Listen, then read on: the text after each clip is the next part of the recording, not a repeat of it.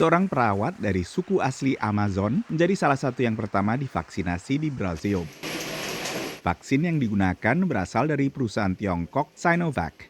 Uji klinis di Brazil menunjukkan vaksin ini 78% efektif mencegah komplikasi parah COVID-19 dan efektif 50% dalam mencegah COVID. Ini cukup menjanjikan menurut ahli medis di Sao Paulo. Nós temos uma boa vacina. Não é a melhor vacina do mundo. Não é a vacina ideal.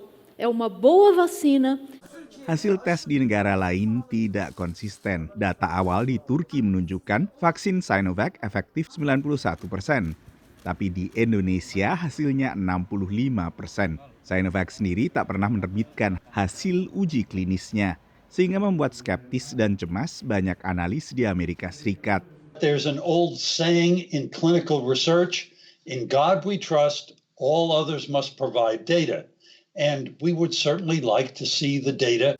Perusahaan Tiongkok lain, Sinopharm, mengklaim vaksinnya 79% efektif, tapi juga belum merilis hasil uji klinis. Kedua vaksin dari Tiongkok menggunakan metode konvensional, memanfaatkan virus yang diperlemah atau dinonaktifkan.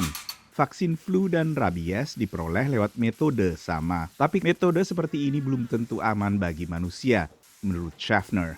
We're sure they are effective to some degree. Exactly how effective they are, particularly in older patients who obviously are the persons who are going to be more severely affected, is something that we'd like to know a great deal more about. Tapi tetap saja banyak negara Amerika Latin dan Asia memborong vaksin asal Tiongkok. Di saat vaksin lain sudah lebih dulu dipesan habis oleh negara-negara barat. Dalam vaksinasi di Amerika Serikat dan negara-negara barat umumnya hanya dikenal dua vaksin, yaitu buatan Pfizer-BioNTech dan juga Moderna. Masing-masing vaksin ini bukan dibuat dengan virus yang dilemahkan, tapi menggunakan messenger RNA atau mRNA. Dan uji coba klinis dari kedua vaksin ini sudah diterbitkan secara luas. Tapi kekurangan kedua vaksin, terutama bagi negara di luar negara industri barat, adalah perlunya menyimpan keduanya dalam suhu ekstra dingin, minus 70 derajat Celcius untuk vaksin Pfizer-BioNTech dan minus 20 derajat untuk vaksin Moderna.